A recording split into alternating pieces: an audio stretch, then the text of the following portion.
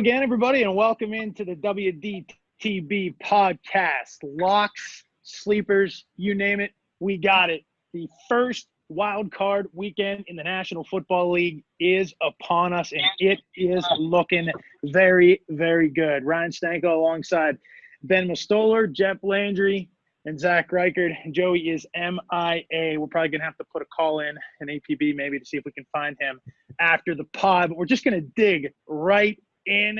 It was Black Monday in the NFL. We had some coaching vacancies make themselves apparent. And Zach, I'm going to start with you. Which coaching vacancy in the National Football League, before we kind of get into the wild card slate, is the most intriguing to you? Wow. Well, to start off here, Jets and Chargers have to be up there on your list for the number one and number two, followed by Jags. Those are the three, in my opinion, that are the only intriguing ones. Jags, Jets, Chargers. I mean, when you look at it as a standpoint from the other three, Falcons, Detroit, Houston, they don't really got anything going for them in terms of any real talent picks. We know Houston doesn't even have their first-round pick. Atlanta, they seem cursed ever since that Super Bowl. They need a whole complete rebuild, in my opinion, top to bottom. They just start over after that crazy Super Bowl loss. And then the Lions, that says enough for itself right there. So in terms of favorite, you want to lean towards the Jags in this because they have the number one pick. You get Trevor Lawrence. They have an owner who's a billionaire, and Shad Khan, so he's willing to open up the pockets and do what it takes. But at the same time, Chargers, they got a proven QB in Justin Herbert. I mean, we're expecting Lawrence to be good, but with the Chargers, you know you got Herbert. So I'm going to go ahead and pick the Chargers in this one, and I'll give a little insight here real quick into why I think that. Obviously, Herbert proven. And they got a team around them. They got good D. They're going to have Joey Bosa back, Derwin James. They got Melvin Ingram. They have established players, an established team.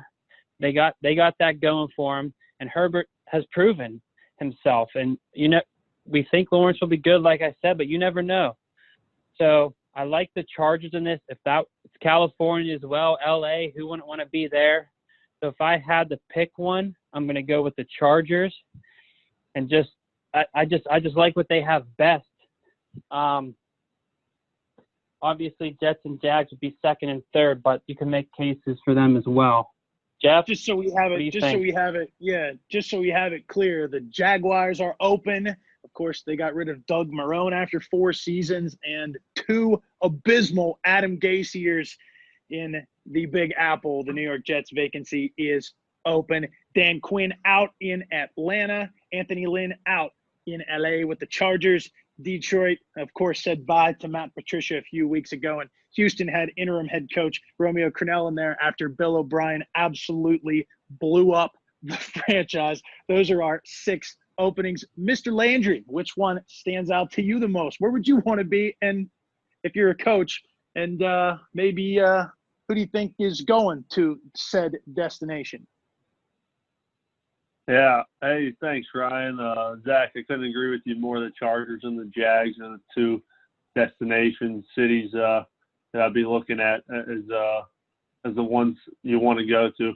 Like you said, Zach, Justin Herbert, what more could you want? Proven quarterback, set the rookie record for passing touchdowns just this past week. And in Jacksonville, you get a fresh start. You're going to get Trevor Lawrence under center for you, and he's going to be your guy right from the start. You guys are going to be going into Jacksonville together.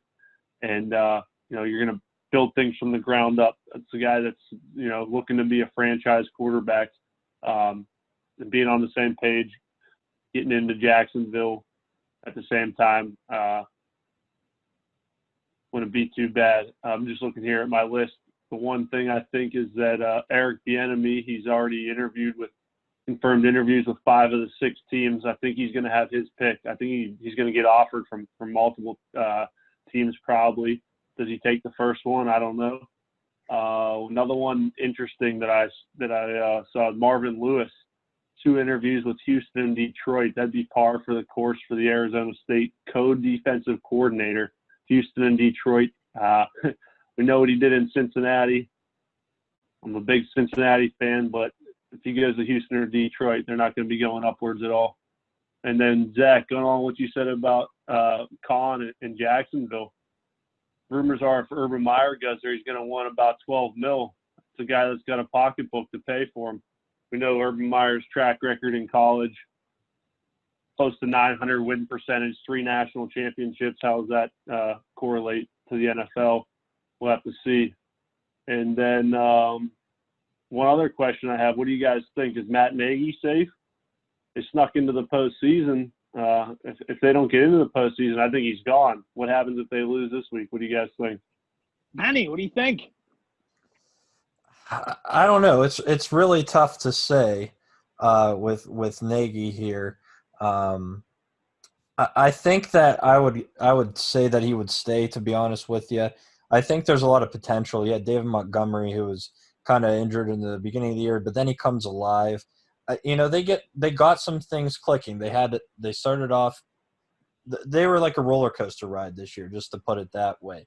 They had their ups and downs, but they finished not terrible. Their offense was coming alive. That was a struggle of theirs. And at the end of the year, Montgomery's going off. The offense is coming alive.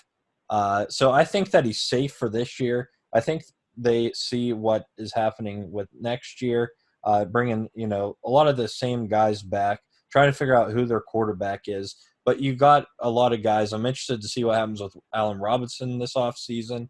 But Nagy, to me, is safe for now. And I actually think that they'll keep it competitive versus the Saints when we dig here in a little bit further. To answer your question, Ryan, a little bit about the team, the head coaching vacancy, the Chargers is number one. This team this year had lost some very close games, but they were competitive in almost every game. Taking a look back at their schedule, they go into the beginning of the year in OT against the Chiefs. They keep it within a touchdown with the Buccaneers. They go into overtime and lose to the Saints. They're playing some tough teams. Obviously they got blown out by 45 against the Patriots. But, I was kind of surprised to see Anthony Lynn go. I thought, with Herbert, he did a pretty good job. Their defense has a lot of potential next year. This team potentially could do really well. Right now, I'm reading that Brian Dable, the offensive coordinator for the Buffalo Bills, is a potential landing spot there in LA for the Chargers. I believe that he would be a very good fit for Herbert, working along with Josh Allen, seeing how Josh Allen had developed throughout these past few years, especially this year. I think that would be a very good fit there in LA.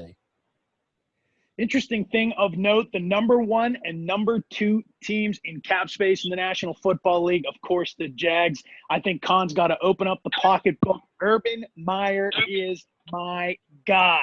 Name your price. I want Meyer back coaching football in Florida. And the Jets, obviously, with the second most cap. And don't forget they have that pick for the trade of Jamal Adams to the Seattle Seahawks. Houston, no first, no second round picks. They're over the cap. We're going to be looking back maybe 10 years down the road with this historic destruction that Bill O'Brien created in Houston. And, of course, think about the names on defense that are coming back in LA. Derwin James, Melvin Ingram, Joey Bosa. Something to think about. We'll see how the coaching carousel stops in the month or so as we head towards the Super Bowl. Now, we'd be remiss if we didn't talk about what the Philadelphia Eagles did on Sunday Night Football, a national audience on NBC. They take out their second-round pick, Jalen Hurts, for none other than Nate Sudfeld, a 6th-round pick. Doug Peterson said it was in the plan for him to play. What say you, Ben? I'll tell you what, the plan was for the Giants not to win that division. I'm watching this game and I see this happen, and how can you not think that they're trying to blow this game? Philadelphia probably hates Washington the least out of Dallas and New York, and I honestly, truly believe that they put him in because, Hurts was in there. I believe he had, 2 rushing touchdowns, or no, at least they had 1 rushing touchdown at the time. He had two. He had two. 2, Yeah, the two first rushing 2. touchdowns. Yeah, you got to. Right. And when he left at that point in the game, we're heading into the fourth quarter, and it's a 17-14 game in the fourth quarter with Hurts hitting the sideline. Yeah, and as far as like draft-wise, I don't think it cost them really anything to win or lose. So yeah, I feel like it was some little hate between New York and Philly. It'll be interesting when these two teams play each other next year. Yeah, what I was going to say, but I think there's a lot of hate there, and just to seeing this on social media, it was just crazy. I don't think there's any way that you could say that that was part of the game plan. Peterson, I don't blame Wentz for wanting to get out of Philly. I know Wentz isn't the answer, but I could see Doug Peterson in the next few years being out of Philly. Yeah, I agree with you. I could see him out of there as well. Piggybacking off what you said, Ben, I mean, Peterson said it was in the plan. Did he tell the team? We're getting mixed reviews, responses on that. Miles Sanders comes out and said that nobody liked the decision on the team. He doesn't know where the decision came from, but a lot of people on the team were confused. That doesn't coincide with players that were informed of what the game plan was for Sudfeld to get in there. But then what's also mind-boggling, on top of the reports that players were held back from confronting Peterson on the sideline, you got Jason Kelsey, who seems to be the only Eagle that I've heard of that's covered for Peterson. He goes on the record maybe 3 weeks ago. I think it was in mid-December. Going off about you don't tank in this league. You don't throw games. The players put too much into this. The fans put too much into this. You play to win the game, no matter where you're at in the season. If you're close to getting that first draft pick, you're still playing to win. And then he comes out and says, to defend Peterson, said he had no problem with it. He knew Sudfeld was going to play because Peterson wanted to see what he could do. And then Kelsey went as far as to say he was excited for Nate to get in the game because, he's been a part of the team for a while and was excited for Nate to get that opportunity. So like I said, coming full circle, if it was in Peterson's plan to put him in the game, he must have forgot to tell the entire team if he told anyone. And Zach, before you go, a win for Philly would have meant picking 9th in the NFL draft. A loss meant picking 6th. Do you put any value on that? Yeah, I mean, right there, that says enough as is. I mean, I might have an unpopular opinion on this one or a different approach than you guys, but I mean, right then and there, why should the Eagles play a tight game and win and drop 3 picks just to help out another division opponent? If you're the Giants and you're Joe Judge talking all this smack about playing hard and winning games, how about you win more than 6 games and then you don't have to worry about getting in the playoffs with a 6-10 record? I mean, I think all this talk about the Eagles and harsh talk on Peterson and all them is a little unfair. I mean, at that point, yeah, Jalen Hurts had 2 rushing touchdowns, like you said, but he was 7 of 20, had 70 pass yards and interception. Maybe Peterson is this risk taker. When the Eagles were win the Super Bowl, he was known as this guy going for it on 4th down, doing all this crazy stuff. What a great mind he is, one of the great young coaches. He beat Patriots and Bill Belichick. Maybe he thought, I'm gonna spin a little bit. Maybe that's his mindset. I got to take risks. Let me put Sudfeld in and see what could happen. Maybe a little Sudfeld magic. So I just don't think it was as bad as we thought. And in the back of Peterson's head, he's probably thinking as well, hey, if this doesn't work out, then we get the 6th pick instead of the 9th. So it's a win-win for us. So I just don't think it should have been that harsh on the Giants. Yeah, maybe they approached it the wrong way or however it may be, but that doesn't matter. They don't have to come out in the middle of the game or before the game and say, hey, we're not going to try. We want the 6th pick. They don't say that. Maybe he liked what he didn't like what he was seeing with Hurts, so he wanted to throw Sudfeld in there. They don't owe anything to the Giants to lose their draft position. Nobody's talking about to the Steelers and saying, oh, how could you guys bench your guys and let the Browns get an easy playoff berth? You know what I mean? The Browns had to win that game to get in the playoffs. What, should the Dolphins be mad at the Steelers? Because if the Steelers would have won, Dolphins would have been in the playoffs? Nobody talks about that. So I think it was a little harsh. I mean, obviously the game was nationally televised. Everybody was watching. Everybody thought, like, here we go. The Eagles could upset them and shake things up a little bit. But, you know, that's not on the Eagles. They weren't in that position. So, a little different approach there. I don't really fault them that much, Ryan. You could definitely see both sides of the coin, but it's going to be hard for me to look back on this and not say that this was the point of no return for Doug Peterson. I think this is the beginning of the end for him in Philly. I think that this is a black eye for the National Football League. I think that this is just this culture, this tanking culture. It's not a good look for the league. And the fact that the game happened to be on prime time, yeah, it's a bad look. But the good news for us is we have found the always hard to find Joey Sinceri. He lives. Hey, Joe. The only thing that I wish they would have done is if they weren't going to try to win the game, just, I don't know, say your plan. I don't know. Like Zach said, you don't owe it to anybody to say what you're going to do, but it's just you're down by 6 and then you put Sudfeld in. And you know what you're getting out of Sudfeld. He's not good. I agree. As we move forward, we can let the the high tension scenario there kind of die down a little bit. Guys, when we think back to week 17, why don't we put a bow on it? One shout out, or even from the entire league, that you'd like to make to wrap up the regular season or specifically week 17. I just want to say one thing, and it's for the year. And I know some people might seem like this would be crazy, but how Derrick Henry is so underrated in fantasy football as far as where he's being drafted. 2 years ago, the last 2 years, he's finished as the number 3 and number 5 back. I remember 2 years ago, he was going late second, early third round, Derrick Henry.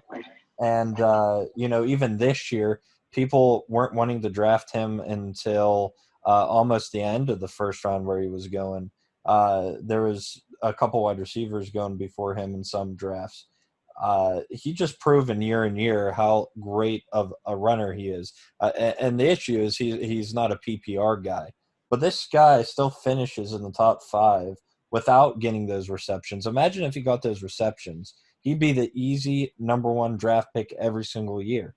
And I just think that people undervalue his fantasy just because of the PPR. So 2,000 plus yards. He just made the mark.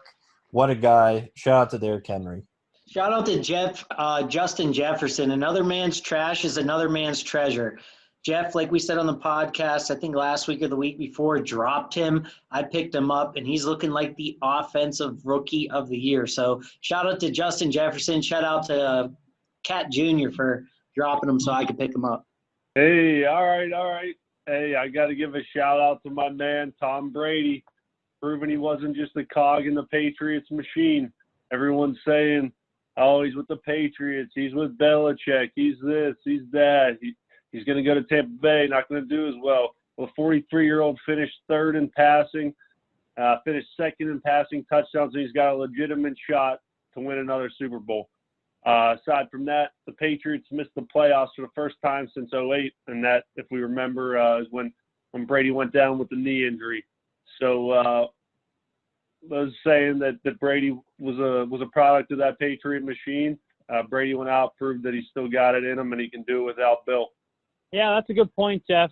NFL, we all know it's the greatest, it's the best. Year in, year out, there's storylines like crazy. We can give shout-outs all around, players, storylines, albeit, but I'm going to give a shout-out to the whole league in general. I mean, this was the year of COVID-19, and I think sometimes we forget about it and what each of these teams had to go through in and out to meet the protocols, make sure nobody was testing positive, and if they were, adjusting to it. I mean, getting those tests every single day, players staying distance. I mean, everybody has their opinions on COVID, but regardless of this, everybody wants to play the game, so they had to follow these rules, make sure they were tested negative, keeping everything under control, under wraps, and that's what kept this season going. I mean, there was talks of saying that no way NFL can happen, no way they'll make it through the season without canceled games, or they won't even finish the season, and all this talk of that. And hey, they did it. We had a couple schedule changes here and there, but nothing too crazy. So my shout out is to the whole league in general, the NFL. It's the greatest league, baby. Zach, I got to piggyback off you. I'm gonna take the the positive route. I got to shout out my man Jonathan Taylor, the rookie phenom, looking like maybe a draft bust. Finished his last 6 games, 123.5 yards per game and 7 touchdowns, 1,169 yards, 11 touchdowns.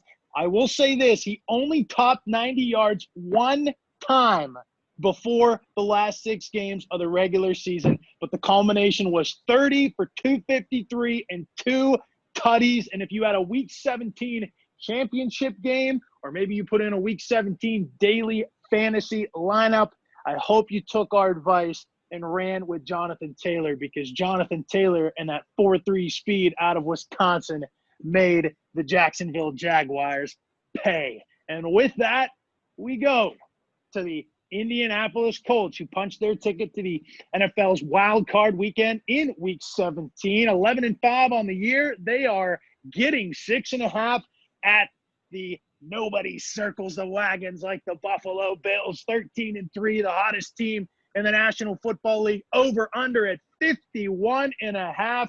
How about Jeff Landry hits leadoff as we break down the first of 6 wild card matchups spread across Saturday and Sunday in the National Football League? Ryan, I'm going with the Bills here. I love what the Bills have been doing. Josh Allen, red hot, 15 touchdowns in his last 5, all wins for the Bills. The one thing is he'll be without Cole Beasley this week. I don't think the lack of that presence will affect the outcome of this game, though. I'm taking the Bills minus 6.5, and I'm going to go under 51.5. I think the Colts defense will keep that low scoring, but I don't think that they'll be able to pull one off against the number 2 seeded Bills. Wow. What a matchup we got here. We got the Colts, who are the last team out going into Week 17, and bam, they get a couple things go their way, and they're in the playoffs. But more importantly here, we got the Buffalo Bills. What a season for them. 13-3, and this game is being played at Buffalo. The first playoff game at Buffalo since 1996. Man, oh man, is that something for them. Woo! We got 6.5 here. We got 6.5 here. How do you not take the Bills in this? Their last 3-4 games, they've won by 20 plus, I believe.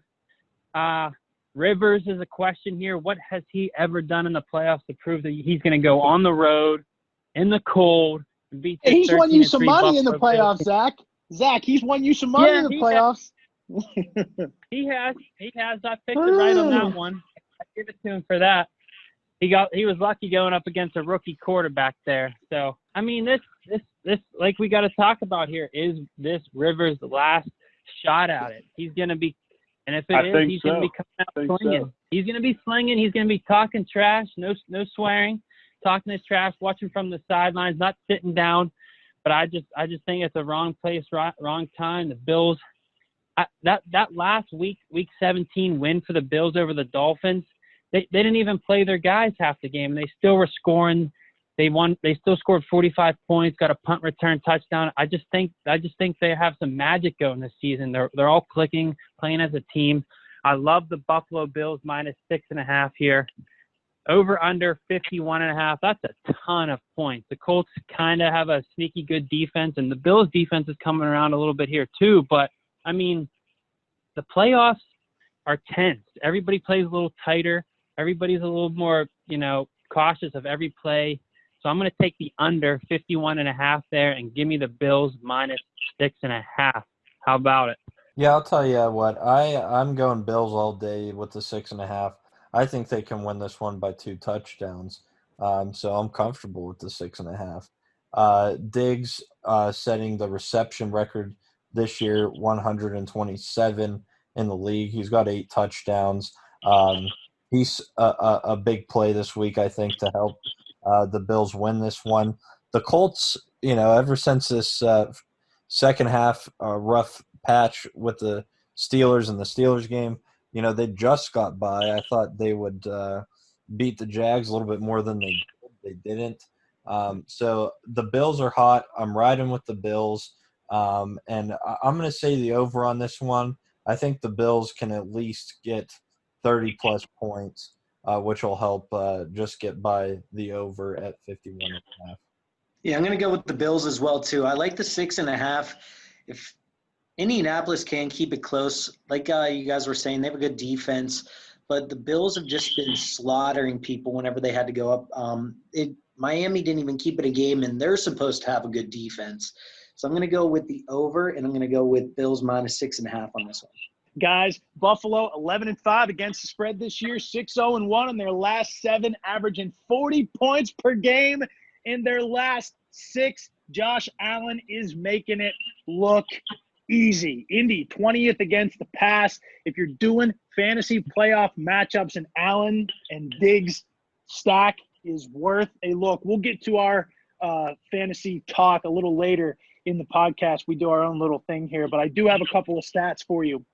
Indy has given up an 85-yard plus receiver in their last 7 games and 11 of 16 games this year. Fire me up some Stephon Diggs. Over-under receiving prop is 90.5. He has done it in 4 of the last 5 with a target share of 10, 14, 13, 11, and 8. Bet the over on Stephon Diggs, and you can call me up and thank me later. Over to the NFC, the Rams at 10-6 plus 4. It's an NFC West rematch. For the 3rd time this year, they'll see the Seattle Seahawks. 4:40 kickoff on Fox. The over-under is 43. It's tough. Obviously, we have that QB situation. It's in limbo. We don't really know what's going to happen. That's going to determine a lot. But the Seahawks, I just don't know how you pick against them in this spot. I like them with that -4. The Rams are just so up and down. Like, obviously, we saw them give the Jets their first win. And then this past week they go ahead and beat the Cardinals to get into the playoffs. I just don't trust the Rams enough. I like Russell Wilson. I like Pete Carroll. I like the Seahawks at home. I like their defense right now.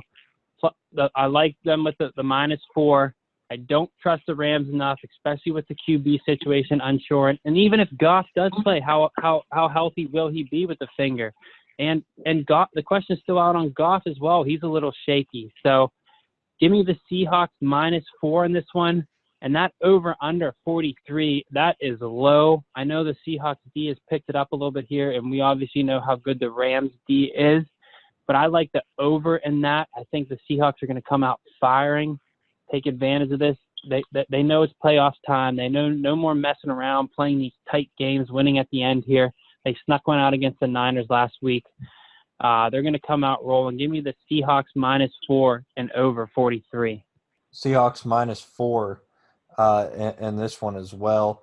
I think, Wilson's been quiet. We saw him at the beginning of the year as a potential MVP candidate, and he's really been quiet since. Nothing too flashy. The offense is struggling a little bit, but we saw him come alive a little bit with Tyler Lockett last week. I like Seattle -4. The over-under is so close. It's right at a perfect spot, I feel like. It's going to be really close to that 43. I'm going to say under just because of Seattle's defense stepping it up a little bit in the last few weeks. The Rams always have a pretty good defense and questionable offensive injuries the last few weeks. So I'm going to go with the under, but I like Seattle -4. I think they move on from the wild card week with a win. So it looks like McVay is not going to tip his hand on who's going to get the start at quarterback this week. So when I was looking at this line and the over-under, I went as if Wolford's starting. If that's the case, I'm taking the Seahawks -4, under 43. Probably even if Goff's playing, I'm still going to take the Seahawks -4, but I might take the over there. If the Rams go with Goff, they've got, without Goff, they've got no chance. Wolford getting his second start in a row. What also is interesting was the Rams leading rusher last week. I think that won't bode well for them this week against the Seahawks. And going with the under, I think the Aaron Donald led defense should fare well against them to keep that low. Ryan, you and I were talking earlier, and you brought up a good point that Metcalf's going to get Ramsey this week, which should open up Tyler Lockett. Keep your eye on him if you're doing daily fantasy this week, DraftKings or FanDuel. Ryan and I put him into one of our playoff lineups. He might be able to fly under the radar there with Metcalf, being covered by Ramsey.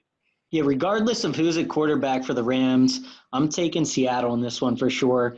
And again, regardless of who's at quarterback for the Rams, I'm going under in this game for sure. And one of the main reasons I'm going with Seattle is because whenever it comes down to being in the playoffs, you got to look at who's playing quarterback for these teams. And Russell Wilson is just head and shoulders better than Goff and obviously better than Wolford.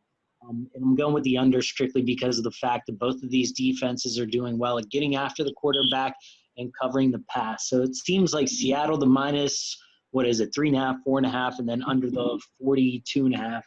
Seems like a good bet. But what do I know? Hey, you can't win if you don't bet. We're going to try this one more time. Last week, we had a player prop in a Rams game. John Wolford. Count it. Hope you bet it with us and rolled the dice on Did you John bet it, Wolford. Stay?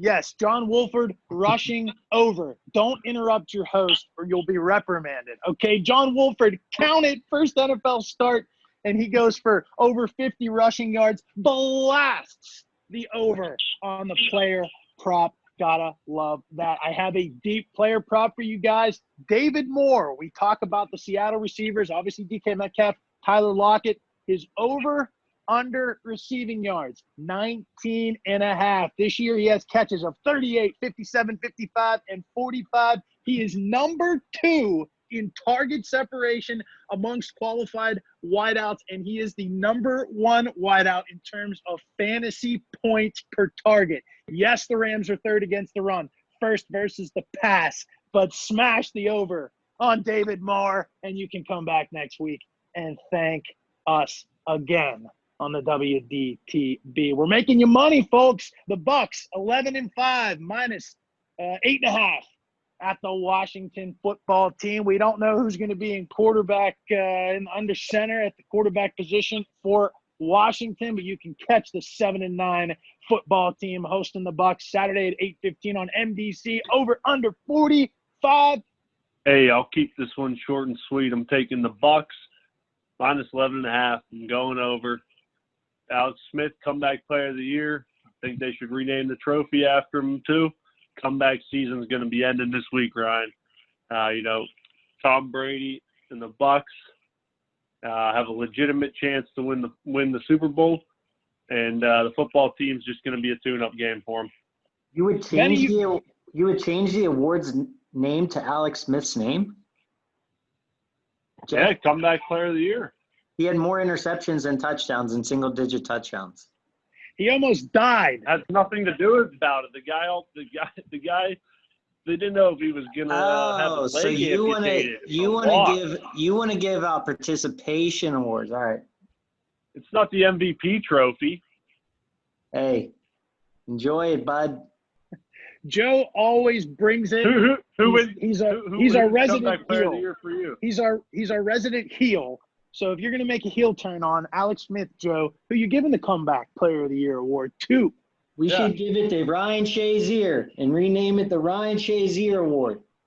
Okay, Ben, how about some actual analysis on the game that the people care about?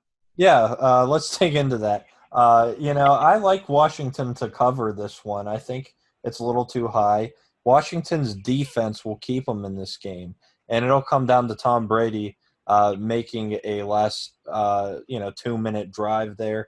I like the Bucks to win this one, but I think that spread's just a little too high. The over-under is at a decent spot at 45. Washington has been playing some very low-scoring games. I mean, their last 4 or 5 games, I even go back, I guess 6 of them, they've been under 40 points total between the two teams, even including teams like the Seattle Seahawks and the Pittsburgh Steelers. But I think the Bucks are going to carry them just over that 45 point. I'd play the over in this one, but I think Washington can cover. Logan Thomas and Terry McLaurin, I think they'll have a big game. I think we'll see Antonio Brown, though, carry a big load here in the playoffs. Brady's been finding him here the last few games. So bet Washington, though, to cover those points. Ben going against the consensus. Zach, you agree on that? Benny, I love it, man. I think I'm with you. When we look at this on paper, we got 11-5 Tampa Bay Buccaneers with the greatest QB of all time, Super Bowl contenders, playing the 7-9 Redskins in a terrible division who just snuck in. So that means Bucs by 20, right? I don't know. This is the National Football League. We have sneaky, weird games like this every once in a while in the playoffs. We know in the past a team 7-9 under 500 has won a game before. You never know. I mean, from the Redskins standpoint, what do they have to lose? They snuck in. They're playing at home, 7-9, and Alex Smith, if he's playing, which I think he will, they've been good with him. They've had some good wins with Alex Smith, and obviously from the Bucs standpoint, yes, they got Tom Brady, but they're still the Tampa Bay Buccaneers. Everybody else on that team doesn't really know what the playoffs are about. Obviously, he's got Gronk and AB, but you just can't trust this Buccaneers defense. And the Bucs have some weird losses as well. So, Benny, I'm with you on the Washington plus 8.5 here. I do think they can keep it close with that defense, playing loose with nothing to lose. I love Chase Young's comments after the game saying, I want Brady. People saying, what, be careful what you wish for and all this. But, I mean, he's a young player. He's a competitor. Why wouldn't you want to play the best of all time if you're a competitor like that? This is a great chance for Chase Young. And one thing we know about Brady, what is his kryptonite? What is his weakness? Pass rush. People that can get to the quarterback, pressure him, make him not sit in the pocket like that. And that's exactly what the Redskins do. I don't think they can upset here, but this is one of the ones that I think could possibly be here. A sneaky upset, but I love Washington plus 8.5 here, and that over under 45. I am going on the under. As with that, I just think the Redskins D obviously tough. You know, they're going to slow the game down, keep it out of Brady's hands. So give me the under in that and plus 8.5. Yeah, 8.5. If you guys think that the Buccaneers or the football team's covering the 8.5, you're both idiots. Out of the 7 wins, out of the 7 wins that they had this year, 6 of them came against teams with losing records. Again, I'm going back to better quarterbacks, better team, better coaching. The Buccaneers are going to have a double-digit victory. There's no way that they could cover all those receivers. It's cool that Chase Young said that. Of course, you want guys on your team that have that kind of passion and want to play in those big games and try to beat the best players. There's nothing wrong with that, but I think Brady's just going to make an example out of that defense. So Bucs and under. You talk about Brady's kryptonite, right? It is a pass rush, but the key to the pass rush is it has to come up front. If you blitz Brady, he makes you pay. Washington has Chase Young, Montez Sweat, Deron Payne. So maybe that number 1 ranked defense is going to get to Tom, but I'm not buying it. I'm one of the people that says, Chase Young, be careful what you wish for, Rook. TB12, 21-2, tutty to interception ratio on the road this season. And I got a player prop for you. I'm going with the GOAT. It doesn't matter what his over-under is on pass yards. I don't think Tampa's going to be able to run it. Brady has thrown for over 340 yards in 5 of his last 7 games. I'm going with the Bucs. Watch the GOAT make you some money. I think the Bucs are going to cover it. And I think yes, let him spin it. I think this game, I just don't think that Washington's going to be able to score to keep up. So I think Brady's going to go nuts. And I think that this game is going to sneak just under because Washington isn't ready for the limelight just yet. As we move on, this one is probably, in my opinion, the best matchup of the entire weekend as we head to the Sunday slate. The first matchup on Sunday, a 1:05 kickoff between the Baltimore Ravens. They're laying 3 and the hook, and they're taking on the AFC South champs, Zach's Tennessee Titans at 11-5. Over under at an astronomical 55. Zachy, this is your squad. Break it down for us, buddy. Hey, I'm ready this time. You button is off. I'm gonna agree with you on this one, Ryan, being the game of the week. For me, I love this matchup. I'm looking forward to this matchup most as well. Boy, oh boy, does this have some storylines to it. We got the Ravens 11-5. What were they? Not 6-5 at one point in the season, looking like they weren't going to make the playoffs. But boy, oh boy, are they on fire. They are scorching hot right now. In my opinion, they are the scariest team, especially in the AFC. I would not want to play them. This kind of feels wrong place, wrong time for the Tennessee Titans. Obviously, we know what happened last year. Titans were 14-point dogs at the Ravens and pulled off the upset. This is a tough one for the Titans, but surprisingly, after this season has gone, and here we go, the Titans get to play the undercard role here once again. Lamar Jackson going for his third straight playoff game, being the favorite, 0-2 thus far. Can he finally get over the hump and get that win?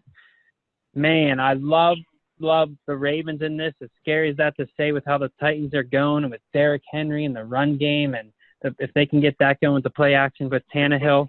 But I just think the Ravens are too much right now. They are rolling. Wrong place, wrong time for the Titans. Give me the Ravens minus 3.5, and I like it to be a little bit more than that.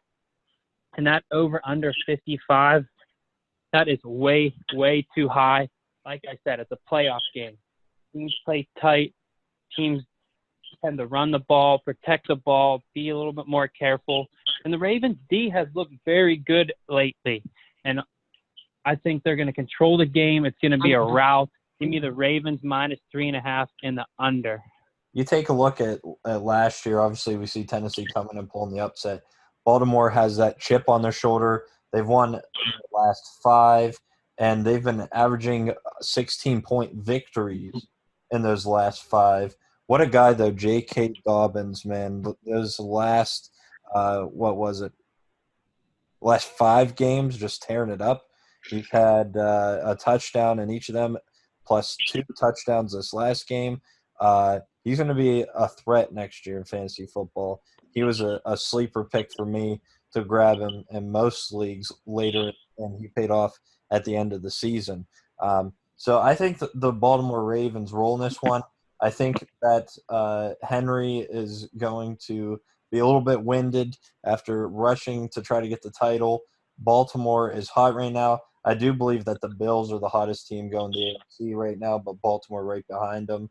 Over-under is very tough. I've been bouncing back and forth because both these teams can put up a lot of points, but Baltimore's defense, like you said, Zach, has been playing a little bit better. Boy, that's tough. I think it's just going to barely hit the under since it's a playoff game. But, yeah, Baltimore, I think, will easily win this one by the 3.5. You guys know as much as I like Derrick Henry, he's half truck, half man. He is an absolute beast. but I'm definitely going with the over in this one. Tennessee's defense is beat. They can't tackle anybody to save their life. They have no pass rush. They can't stop anybody. The only thing that Tennessee can hope for is that they get a lead and then they can outdo what Baltimore does best, and that's run the ball and control the clock. But if Baltimore gets a lead, forget about it. It's over. If Tennessee really wanted to try to do something different and shake it up, instead of them trying to just pound the ball like they did against Green Bay, if they try to come out and do that, Baltimore is just going to beat them. Maybe you come out and try to throw the ball early and do something different, get a lead, then go back to running the ball with Henry for most of the game. He's half truck, half man. He's going to get Offensive Player of the Year, but I think Baltimore wins this one and goes over. Well, you guys covered everything that I had to say here. All I got to say, yep, Ravens are red hot. It's going to be a shootout, I think. High-scoring game. Ravens minus 3.5, over 55. Let's talk about how the Ravens are red hot. Wins over the Cincinnati Bengals, the New York Football Giants, the Jacksonville Jaguars, the Cleveland Browns, which was a quality win on Monday Night Football in primetime, and the Dallas Cowboys. So are they that hot? Lamar Jackson, I'm talking to you. Are you going to show us something? Is this finally the game? They didn't make the schedule. They're just playing the games, brother. They didn't make that schedule. Lamar Jackson, you couldn't do it at home in your rookie year. You couldn't do it at home in your MVP year. So why is year 3 going to be any different? I think Mike Vrabel has the Ravens number. I'm not even taking that 3 in the hook. I think Tennessee wins this game straight up. Straight up. Wow. Straight up. At home. Put your money where your mouth is, buddy. And I like the over. I love it. I like the over in this one because it can go any way. I mean, it's so tough. I think that we talked about both running games, J.K. Dobbins, Derrick Henry. I think that we're going to see a lot of 8-man boxes in this game, and I think play action is going to be very effective on both sides of the football, both offenses. I got my sneaky play in this one. Corey Davis had 100 and a touchdown when they played Baltimore in the regular season. Of course, think back, the Titans won that 30-24 in overtime. I like Corey Davis over for his receiving yards in this game, a little prop that we might be able to look back on and thank Mr. Ryan later. But we'll see how it plays out. But you got to go dicey every once in a while. Are you keeping track of all the props that you're throwing out there, Annette? Yeah, I got them. Yeah, They're in my head. We should put them. We should put them in like a little 10-legger. Maybe we can. I tell you what, Ryan Tannehill running the ball very effectively of late, and anytime touchdown scorer for Tannehill might be something that we could pursue. He might punch one in. Yeah, we'll get that out on social media. I just think there's so much being made of the running games that we actually might see the passing game very effective both ways. Give me Tennessee, Zach. Your Titans are moving on, and they're going to just squeak the over. Back to the NFC we go. The middle game on Sunday. The Chicago Bears are in the playoffs. By hook or by crook, they find a way to get there. 8-8, Matt Nagy, maybe on the way out. Who knows? They are getting 10 points at the New Orleans Saints. Drew Brees is healthy. A 12-4 finish. The champions of the NFC South. This is a 4:40 p.m. kickoff. Over/under at 47.5. I'm going back and forth on this one, Ben. It makes me nervous. This game could go either way. This could be a blowout by the Saints, or it could be a very, very close game. I am inclined to take the +10 with Chicago. Their defense is very good, and their offense has been coming alive of late, which really makes me want to take that +10. Right now, we're unsure what Kamara's status is going into Sunday with COVID. If he does play, that could be a huge difference maker. If he doesn't play, we'll see. But yeah, the over/under at 47.5. I was going back and forth with this because this could be a lower scoring game as far as two pretty good defenses, or it could be higher scoring because they can both put up points. So I leaned more towards the over in this one at the 47.5 because I think it'll be a little bit higher scoring of the game in favor of the Saints. I say they win by about a touchdown or so, but I think Chicago makes it competitive there for the first 3 quarters or so, and is going to prove why they should be there and why Matt Nagy should be back for another season coaching next year. Oh, boy, Jeff. Ben says Matt Nagy should come back. How do you feel about that? I think he'll be back since they snuck into the playoffs. Finish the season in the playoffs. I think if they don't get in, I think he's already gone. It's that he's not going to win any more games, but just the idea, having the playoffs on your record, I think it saved his job for one more year. I do agree with Ben on the +10. The Bears, have been scoring lately. 3 of their last 4 games, they've gone 30+. So I think they'll be able to cover that 10. I just don't think that they're going to be able to beat the Saints. Drew Brees' last run. Not that he's doesn't always give it his all, but I think he may know that it's coming to an end here. And if the Bears do want to win, if they want to get on to the next round, you guys know there's only one way how. Get the ball to Holtz. Run it. Run the ball. What's your counter to that, Joey? No, I agree 100%. They should just play Holtz at quarterback. No, I'm just kidding. No, I like the Bears plus the points because I won't be shocked if they just win the game, but I would feel comfortable taking the plus points. I'm going to go with the under in this one for sure. The Saints have always seemed like a good favorite, and they always just blow it in the playoffs. Remember whenever Marshawn got into the end zone, and then whenever Stephon Diggs had that miracle catch at the end, they somehow always find a way to lose games that they are supposed to win in the playoffs. I definitely like the Bears plus the points in this one. They got a tough D, and it looks like their offense is running a lot more efficiently than it was in the first half of the season. So give me the Bears and give me the under. Saints. Did I say Saints yet? I love the Saints in this. The Bears 8-8. No business being in the playoffs here. Saints are rolling. Their defense is looking as good as ever. Sean Payton, he's best coach in the NFL, not named Bill Belichick. He's going to come ready for this game.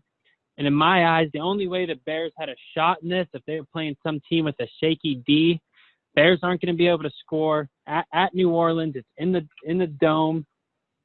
Saints. I like them covering the 10.5. I like them big. I don't see the Bears scoring much. That 47.5 is tough. I like the over in that as well. I think the Saints score somewhere in the 30s. Bears maybe 17. Like Joe, you were saying with the Saints the past few years in the playoffs, blowing these close games or games they should have won. I just think that's sitting in their head. One of the other games that they had was that playoff game against the Rams where that infamous pass interference wasn't called. So they've kind of got the short end of the stick there. But I just think the Saints are done messing around here. They know what's at stake. I mean, if the Bears had any shot or any hope in this game, they would have had a better performance last week against the Panthers. Or against the Packers. I'm sorry. They got crushed in that game, and I think it's going to be similar to that. Give me the Saints minus 10.5. Saints in the 30s. Bears 17 range, and give me the over. Zach, I think me and you have to get together and watch this one. Maybe enjoy a couple of Pepsis together. You'll be allowed. Because I'm with you. I'm with you, Zach. We're getting together. We're watching this game. We're going to crack a few Pepsis because I think the Bears are on the way out the door.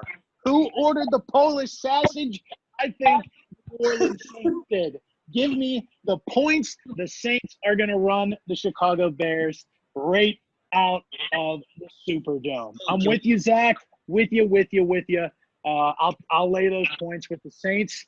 I'm going to play the over, but not by much, just like you. Michael Thomas back to practice today. His window has been designated to return from IR, and it's the Stanko curse. If you want to play a prop, play Michael Thomas over, because I traded for him in the middle of the fantasy football season, and, well, we all know how that one played out. Now that Thomas is not owned by Ryan Stanko, he's always targeted by Drew Brees. They're both hopefully healthy, and I think Thomas could be a over on receptions and an over on yards. And last, but certainly not least, the night game on NBC in prime time. The Cleveland Browns at 11-5. They're +6 into Heinz Field, taking on the Pittsburgh Steelers at 12-4. Over/under set at 47.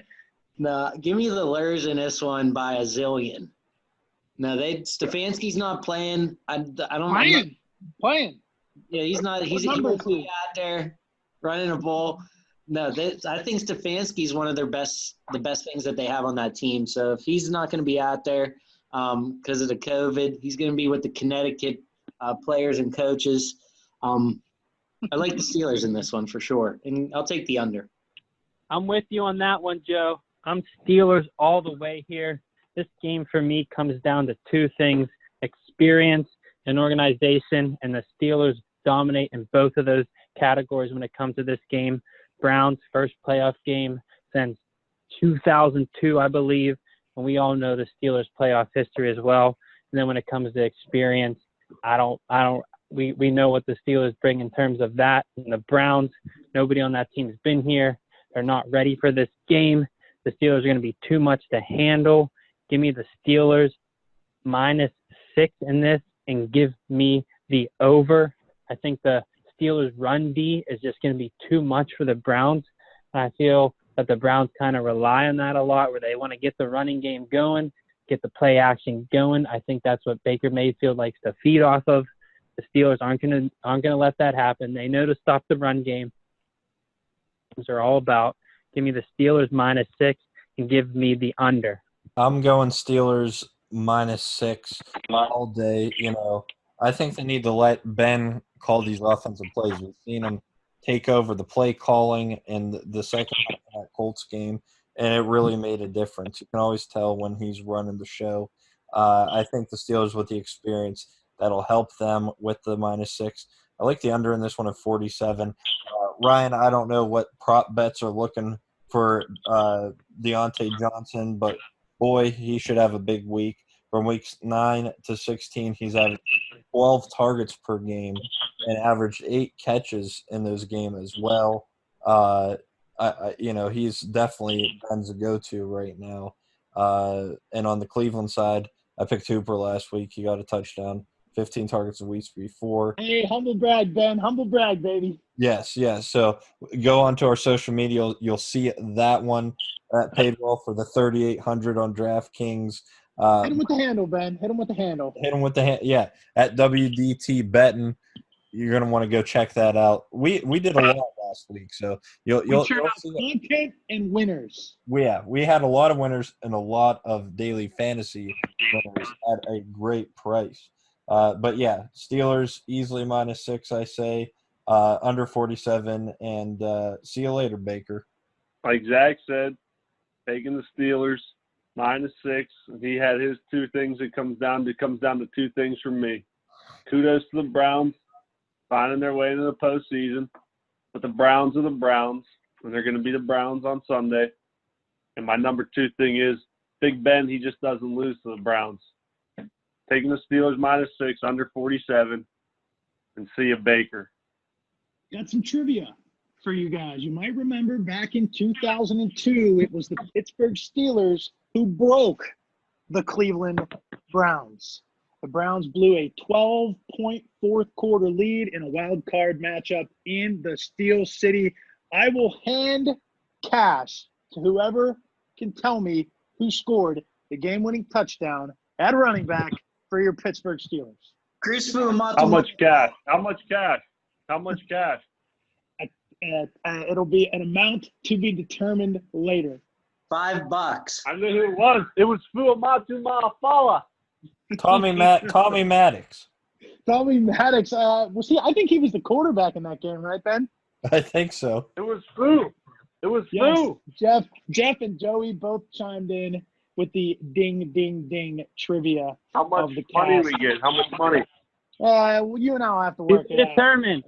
I said To be first. determined. Yeah, Joey, you and Jeff both on I top said of that. first. Hey. All joking aside, I think this one's pretty simple. I don't believe in Cleveland. Their head coach isn't there.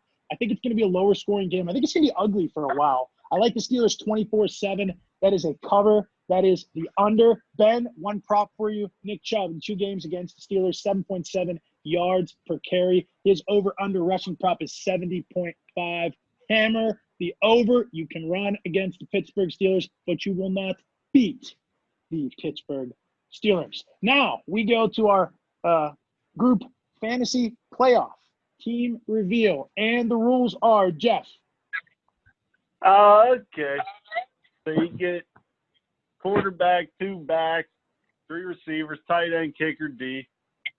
Take any player from any team, but you can only take one guy from each team.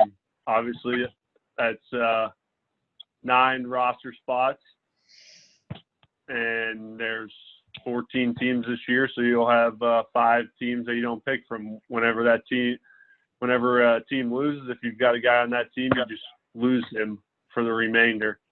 So you want to pick guys that are want to pick your key positions around guys from teams that you think will ultimately be in the Super Bowl to get the most games played out of them as you can. Now let's hear your team. Drum roll, please. You lose the Chiefs. You lose the Chiefs and the Packers for week 1, so you're already down a game there. I still went with Mahomes at quarterback. Even though I lose him there, I think the Chiefs, the only contender with the Chiefs will be the Bills. But I like to see Mahomes in the Super Bowl there. Running back, I went with Kamara. Just didn't see anyone else on the Saints that I really liked. Couldn't go Breeze. I already took Mahomes, so I went with Kamara there. Took Derrick Henry at running back. It was between him and A.J. Brown for me there. Went with Henry. And my receivers I went with Adams, Metcalf, and Diggs. Liked the Buccaneers passing game, but couldn't decide on which receiver out of that core. So I went with Gronk at tight end, followed up with Justin Tucker as my kicker in the Steelers defense. So I don't know. I love that team, Jeff. I like that. Zach, I don't know if you and Joey made teams. If you did, you can go kind of reveal yours after Mr. Benny Boy chimes in with his. Yeah, so kind of along the lines of Jeff there, I went with Mahomes at quarterback. I feel like even though they have the bye in the first week, that they have a very good shot to make it to the Super Bowl. They have another run. So with Kansas City, give me Mahomes at quarterback.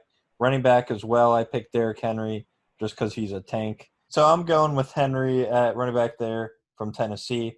At the other running back, give me the team that they're playing in the first week, J.K. Dobbins. I like the way that he's been playing lately.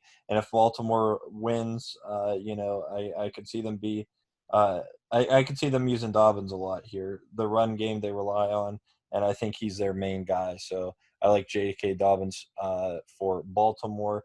At wide receiver, I also went with Adams and Diggs. I don't know how you can't go against Adams, and I think he's the clear best pick unless you're taking Aaron Rodgers at quarterback.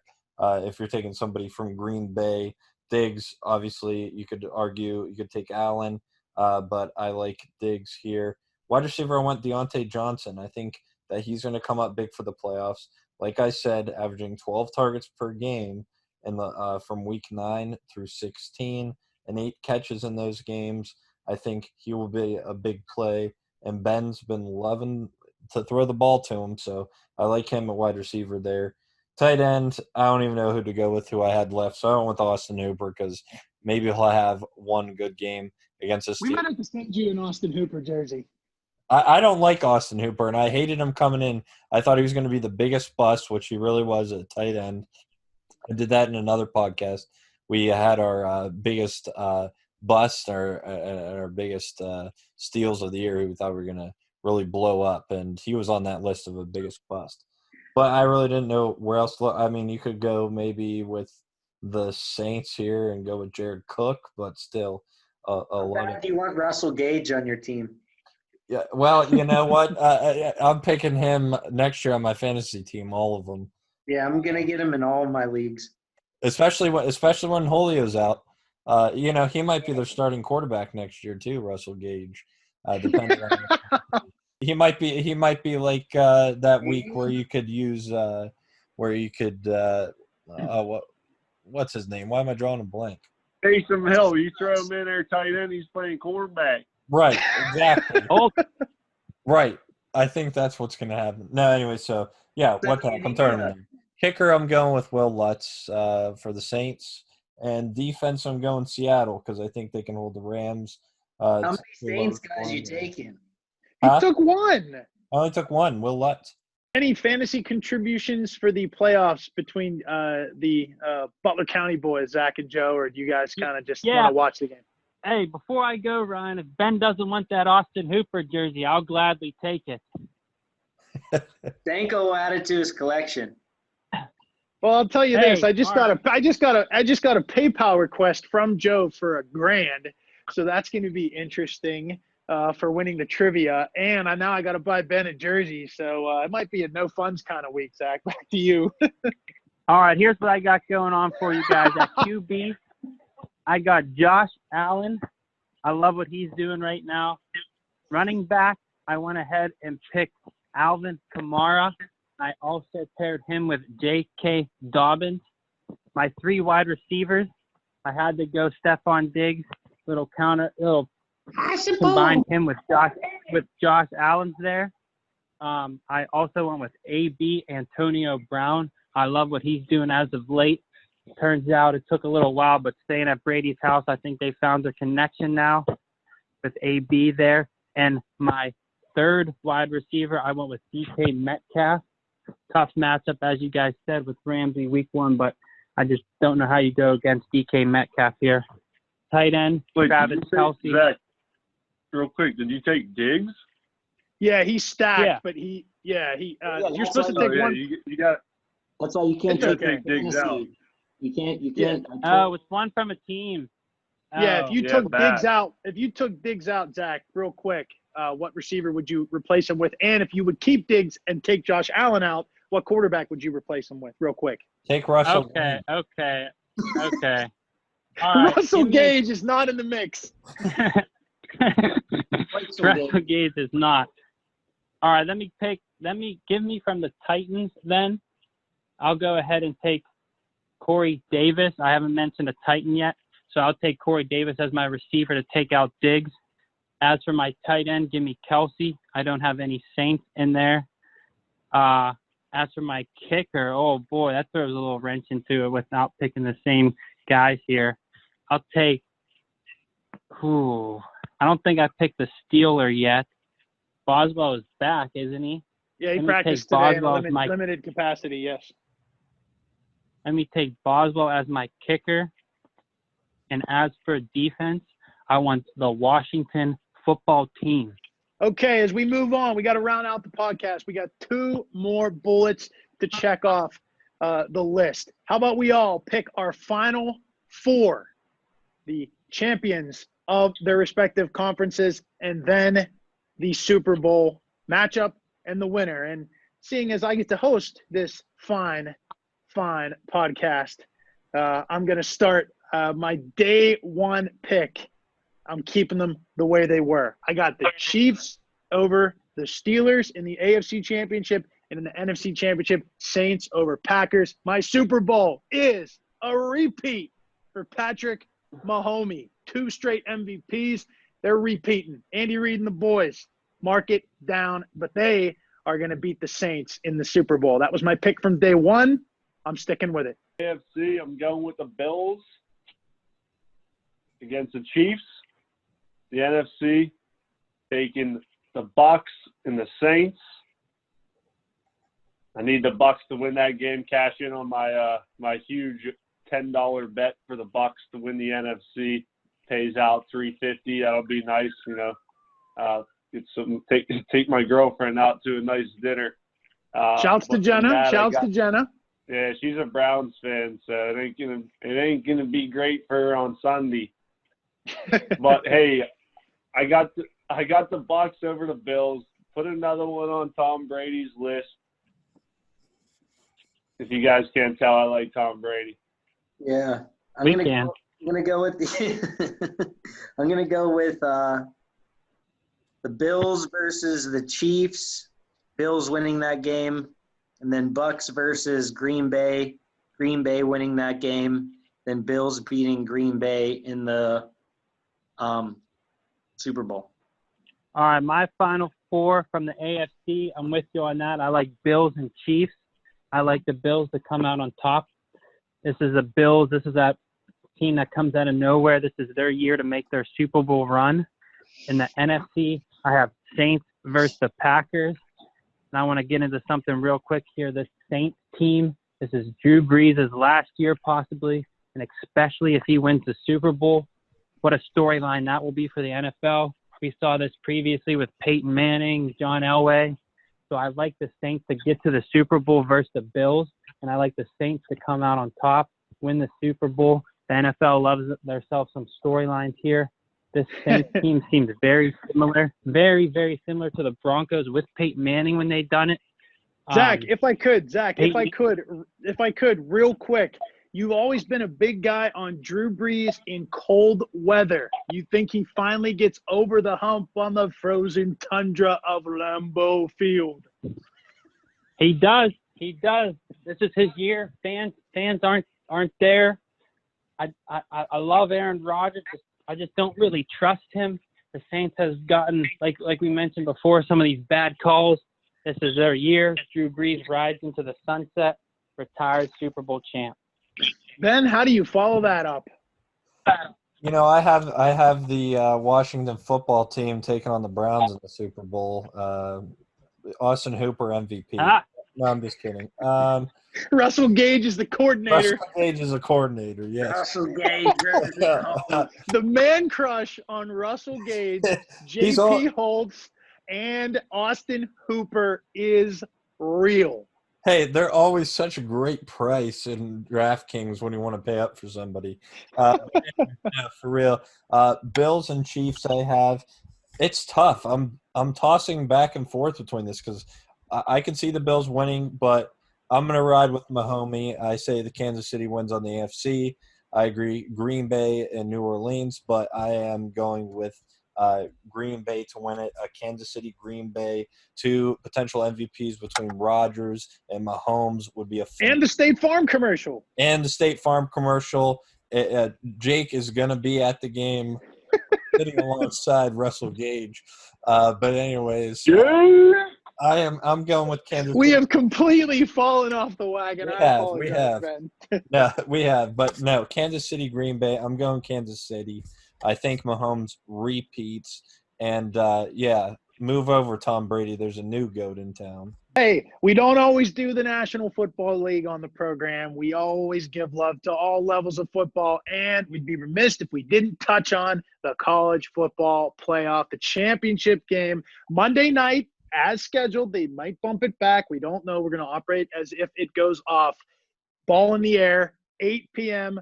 from Hard Rock Stadium down in sunny Florida. Ohio State, the 3 seed, Alabama, the best team all year wire to wire in college football. The Bucks getting 7 and the hook against the Tide. The over-under astronomical at 75.5. Zach, right up your alley. The money is on Alabama. How do you not like what they've been doing this year? Their schedule has been way tougher. They have the Heisman winner in Devonta Smith. Mac Jones looks like he could be for real. Their offense is just unstoppable. They didn't have any really close games this year, and it's obviously Alabama. I do love, now that I'm thinking about Ohio State pulling that upset over Clemson, this does make it a little bit more interesting that we've seen Alabama and Clemson here a few years. But boy, oh boy, did Justin Fields show something against Clemson. He makes this a lot more scary. We'll see how banged up he is, and if he is banged up, he'll probably just get another shot. He won't feel it for the 2 hours, 3 hours that the game is. But I love Bama in this. I just think they're too much on offense. I think with Ohio State beating Clemson, Alabama was like, okay, they're for real. We know what we got to do here. I like Bama to cover the 7.5. And that over under 75, I like the under in that. Like I said, championship game.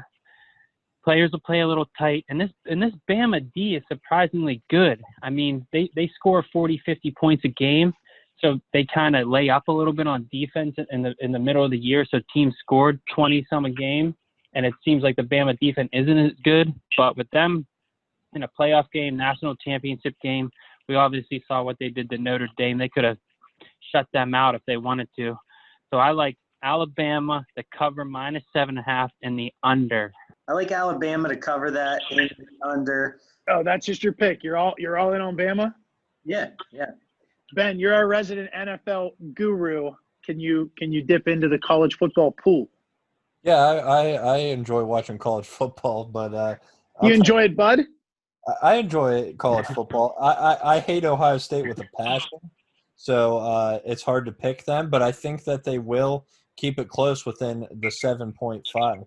I think that what I saw that out of the Clemson game, really, I thought Alabama would roll easily in a championship, but after I saw Ohio State against Clemson, I think they're going to make it a little bit more competitive. I like the under here. Shout out to Devonta Smith for winning the Heisman. I think it was well deserved. I do have a TikTok on my TikTok, almost to 20,000 views on the video I posted about the Heisman. You want to plug it? Hey. You want to plug your TikTok handle? It's the Beast Benny Cake. It's the Beast Benny Cake. So anyway, The Beast Benny Cakes. the Beast Benny Cakes on TikTok. Hey, anyways, 17, almost 20,000 there. But somebody said, doesn't Mac Jones have to throw the ball to him? Which he does. But, my argument is if you look at the NFL, you're not going to give Kirk Cousins the MVP just because, he was throwing the ball to Justin Jefferson. Justin Jefferson just tore up. That's just an argument that I had. But anyways, I roll Tide in a close game, championship game, play the under. That's where I'm going. Yep. Alabama minus 7.5, under 75.5. That over-under is high. But, yeah, no, Ohio State's not going to be able to keep up with Alabama. That's all I got.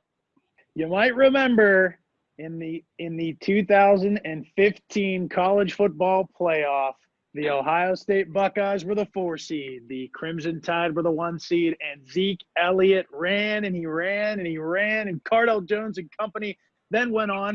And correct me if I'm wrong, I'm pretty sure they beat Marcus Mariota, right, in the first installment of the college football playoff championship game. History lesson aside, it's a daunting task for Ohio State. I don't know if they can win, but I think they can keep it close. Jalen Waddle potentially back from injury at wideout for Bama. That's a huge boost. Trey Sermon looked like a man on a mission running the football against Clemson. Dabo Swinney said Ohio State doesn't play anybody. I got them at number 11. Well, Ohio State says we're going on to the championship game. Over-under is historic high. I think they beat it. I'm going over Ohio State with the points, and it's going to be a great college football playoff on Monday evening. Everybody, thanks for joining us. Jeff, Ben, Joey, and Zach. We call Joey and Zach the Butler County Boys, the BCBs. It was nice to have you guys alongside with me. We'll get the podcast up. The bets are free. The entertainment is also free. The WDTB We Do the Betting podcast signing off as we head into Wildcard Weekend and the culmination of the college football season.